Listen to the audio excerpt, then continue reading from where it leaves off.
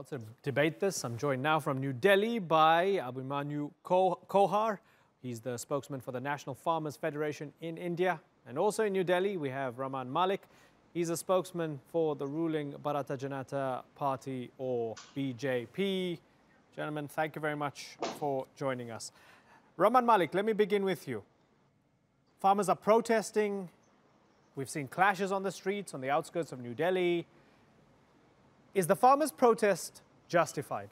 See, democracy gives a clear view that in a democracy, you are there to give your views and you have that freedom.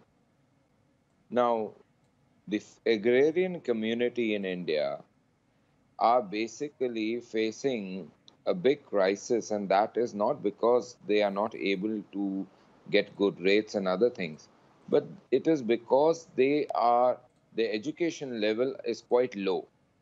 And certain people who really do not have the good, or let's say they are not bothered about the well-being of the farmers, have been igniting this kind of a reaction and misinforming them.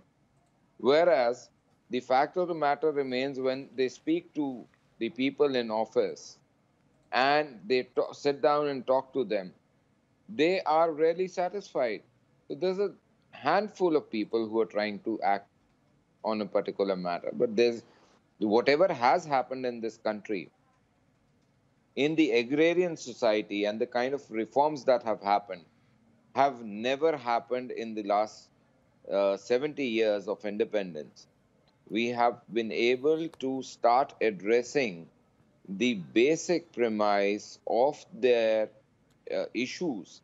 And that is that today the agrarian community always wants one basic issue, and that is, what is my future? And that is what is started and that's why they're being protesting. addressed. Okay, let me bring in Abhimanyu. So Abhimanyu, we have Raman saying it's not about the rates, it's not about something that the government is not doing or not doing enough of. It's actually a lack of education and that the farmers are being misled by people. Do you agree with that at all? Is there any truth to that? No, I don't agree with what Ramanji has said. First of all, I want to thank you for having me on the show. There are 4 points which we need to understand regarding this current farmer crisis in India.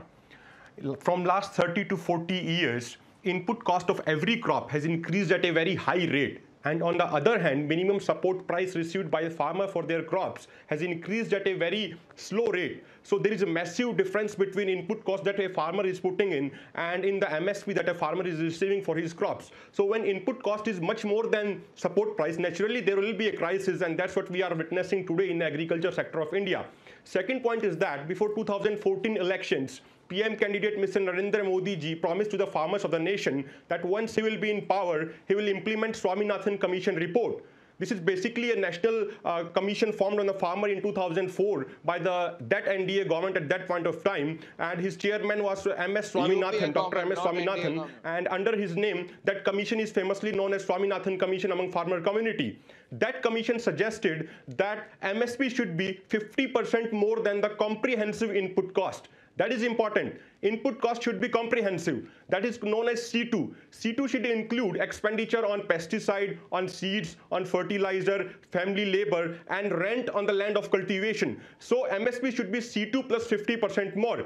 But from 2006 to 2014, Congress-led UPA was in power. They didn't implement that report. And when Mr. Modi ji said before 2014 parliamentary election that if I will come in power, I will implement that report, then farmers of the nation trusted him and they voted him in the power. But once he was in power, he forgot that particular report. And in 2015, Central Indian government filed an affidavit in Supreme Court which states that central government cannot implement Swaminathan Commission report. Okay, so they haven't implemented it. After Abhimanyu, make the other 2 points. Farmers felt that they are cheated by their government. Make the other 2 points quickly, please, because I want to get a response from Raman. Yes. Okay, so you believe the government hasn't implemented it. What are the other 2 points? Third point is that farmers of the nation want complete loan waiver because we are under loan. Our farmer community is under loan due to wrong policies of consecutive government, whether that's a UPA government or whether that's a BJP government. And fourth point is that we want a law should be passed in parliament according to which it will be compulsory for every procurement agency to purchase farmer product at minimum support price. And if any procurement agency is found purchasing lower than MSP, then legal action should be taken against that particular procurement agencies. Some states have passed such laws, but they are not implemented properly on ground. Okay, so Raman Malik, this man doesn't sound like somebody who's been misinformed or lacking in any education. He's making a compelling case. There's a problem here. Why won't this government address it? See, first of all, I will systematically put forward the case to you. And through you, I believe a lot of people would be able to understand. The Swaminathan Commission that he's been referring to, I would tell your channel to go have a small research. And from Mr. Swaminathan himself, he has tweeted that if any government is trying to implement what I have told in my reports, is this government. So first of all is that. Second, there's a bunch of people who actually only want to do politics on issues which are not in favor of the nation. Today, when we talk about the very fact that MSP should be there, you are talking about, in a global economy, you're talking about a protectionist economy.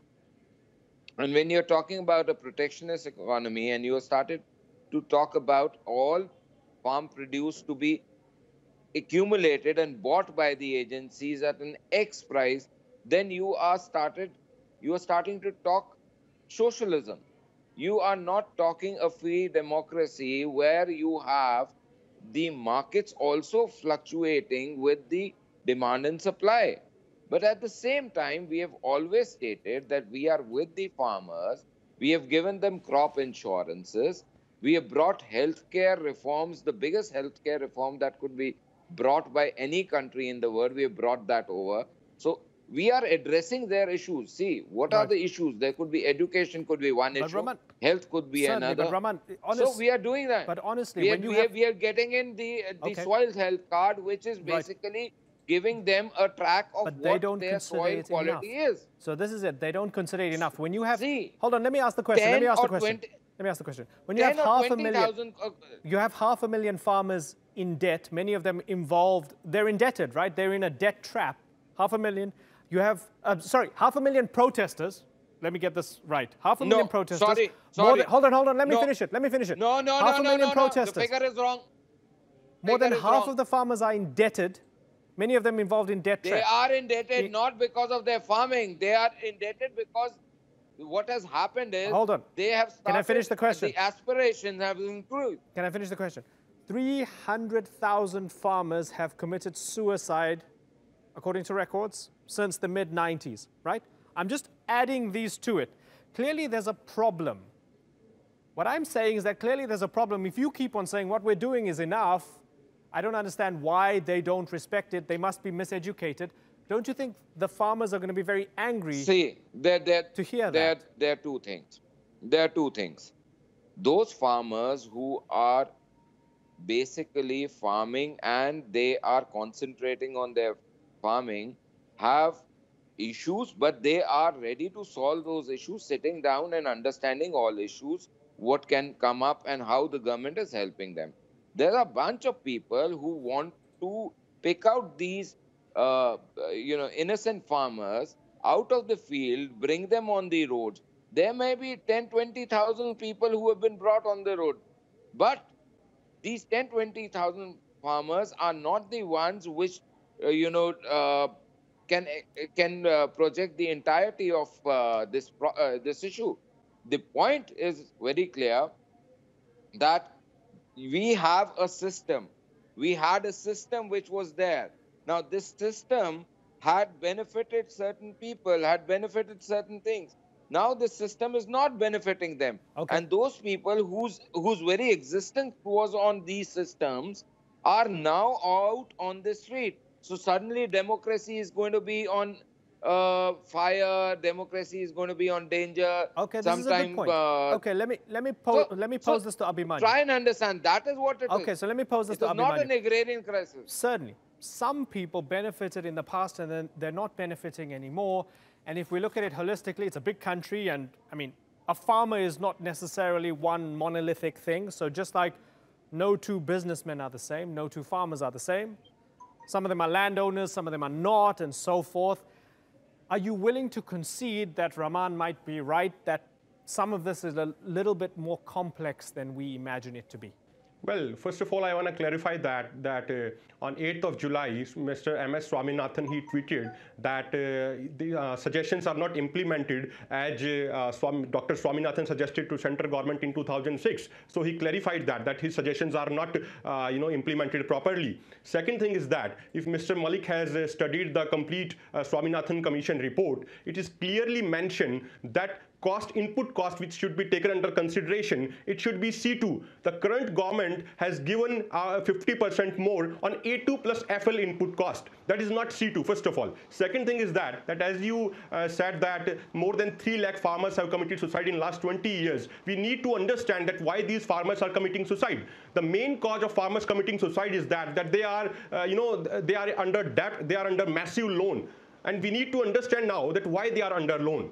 They are under debt due to wrong policies and false promises of consecutive government, whether it's a UPA government or whether it's a NDA government. I will give you a small example. In 2016, we filed a RTI, and in reply of that RTI, Commission for Agriculture Cost and Prices states that if consecutive governments had implemented Swaminathan Commission report in 2006 itself, then in 2016, every farmer, every wheat producing farmer would have got 119 rupees more per quintal, and total production of wheat in 2016 was around 94.5 crore quintal. So farmers of the country, they should have got around 11,000 crore rupees more only on one single crop, that is wheat crop. In the same manner, on the rice crop, farmers should have got around 593 rupees more on per quintal, and on cotton they should have got 1,720 rupees more on every quintal. So in a whole, every year farmers would have got 80,000 crore rupees more if consecutive government have fulfilled their promises. Right. So in last 12 years, they would have got around 10 lakh crore rupees more. And if you will talk about farmers loan, that is only around 6.35 lakh crore rupees in whole country. So if consecutive government have fulfilled their promises, and if they had implemented Swaminathan Commission report properly on time, then there would have been no debt whatsoever on farmers.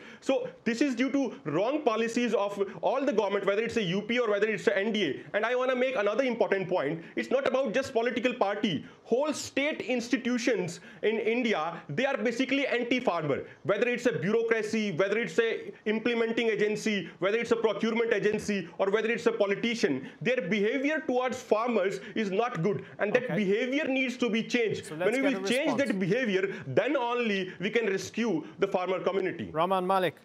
See, I would not like to wash dirty linen in an international media, but let me tell you one thing very categorically.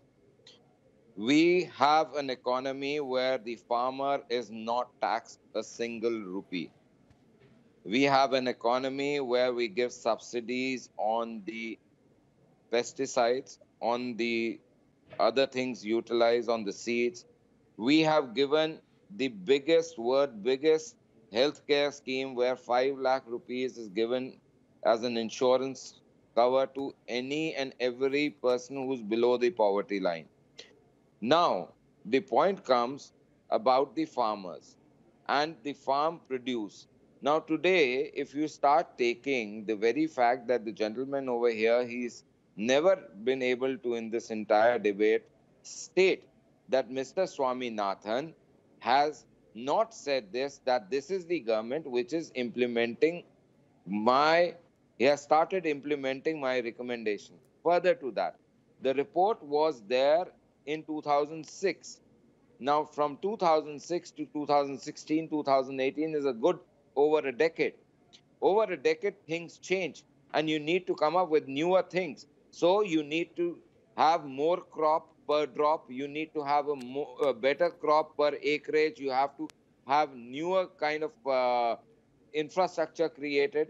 And the report of Swaminathan was 9,000 pages. I have read a part of it, and holistically. There it also talks about the land reforms, which these very people fix with the earlier regime. They play baggages, they play games, and they do not let those land reform come in. It says that the farmer should get electricity. Yes, it also states that the farmer should get electricity and pay the bill, where a lot of their leaders go on to propose that why should you pay the bill?